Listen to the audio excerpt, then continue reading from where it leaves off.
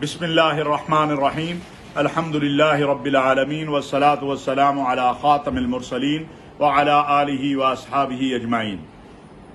مختلف ذرائع ابلاغ سے یہ بات معلوم ہوئی ہے کہ حکومت پاکستان نے جو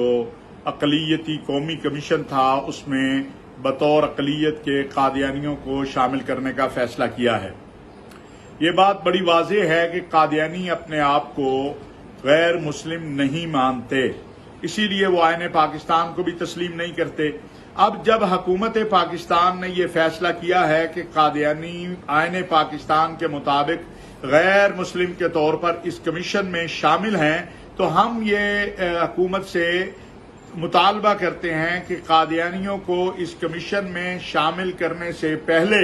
قادیانیوں کو بطور غیر مسلم نمائندہ حکومت اعلان بھی کرے اور قادیانیوں سے بھی اعلان کروائے کہ وہ اس کمیشن میں بطور غیر مسلم نمائندہ شامل ہو رہے ہیں، اقلیتی غیر مسلم نمائندہ، اور آئین پاکستان نے جو ان کو غیر مسلم قرار دیا ہے اس کو تسلیم کر رہے ہیں۔ اگر قادیانی اس کو نہیں مانتے اور وہ کہتے ہیں کہ ہم غیر مسلم نہیں ہیں اور ہم بطور غیر مسلم کے اس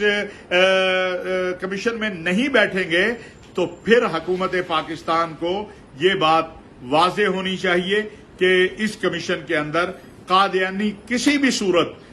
اسی وقت شامل ہو سکتے ہیں جب وہ اپنے آپ کو غیر مسلم نمائندے کے طور پر، غیر مسلم اقلیت کے طور پر اعلان کریں اور حکومت انہیں غیر مسلم اقلیت کے طور پر اس میں شامل کرے۔ پہلے قادیانیوں کا یہ اعتراف کہ وہ غیر مسلم اقلیت ہیں، لہذا اس کمیشن میں شامل ہو رہے ہیں بطور غیر مسلم کے۔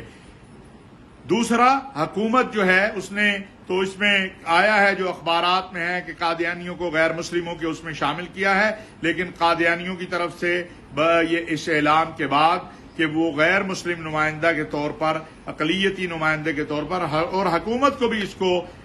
واضح کرنا چاہیے تاکہ ملک کے اندر فتنہ اور شر نہ پھیلے اور آئین اور قانون کی بالادستی ہو۔ پاکستان کے مسلمان پاکستان میں آئین اور قانون کی بالادستی چاہتے ہیں، اور جب قادیانی آئین کو تسلیم کریں گے تو پھر وہ کمیشن میں بھی بطور غیر مسلم اقلیتی نمائندے کے شامل ہوں گے، اور اگر وہ یہ مانتے ہی نہیں ہیں تو پھر حکومت کو چاہیے کہ ان کو کسی بھی کمیشن اور کمیٹی میں، جو آدمی آپ کے آئین اور قانون کو نہ مانے اس کو آپ کیسے کسی کمیشن اور کمیٹی کا ممبر بنا سکتے ہیں۔ یہ ہمارا موقف ہے اور یہی امت مسلمہ کا موقف ہے۔ میں سمجھتا ہوں کہ حکومت کو اس طرف توجہ بھی دینی چاہیے، اور ہمیں امید ہے کہ انشاءاللہ وفاقی وزارت مذہبی امور اس کے بارے میں بڑا واضح اپنا جو اعلان ہے اور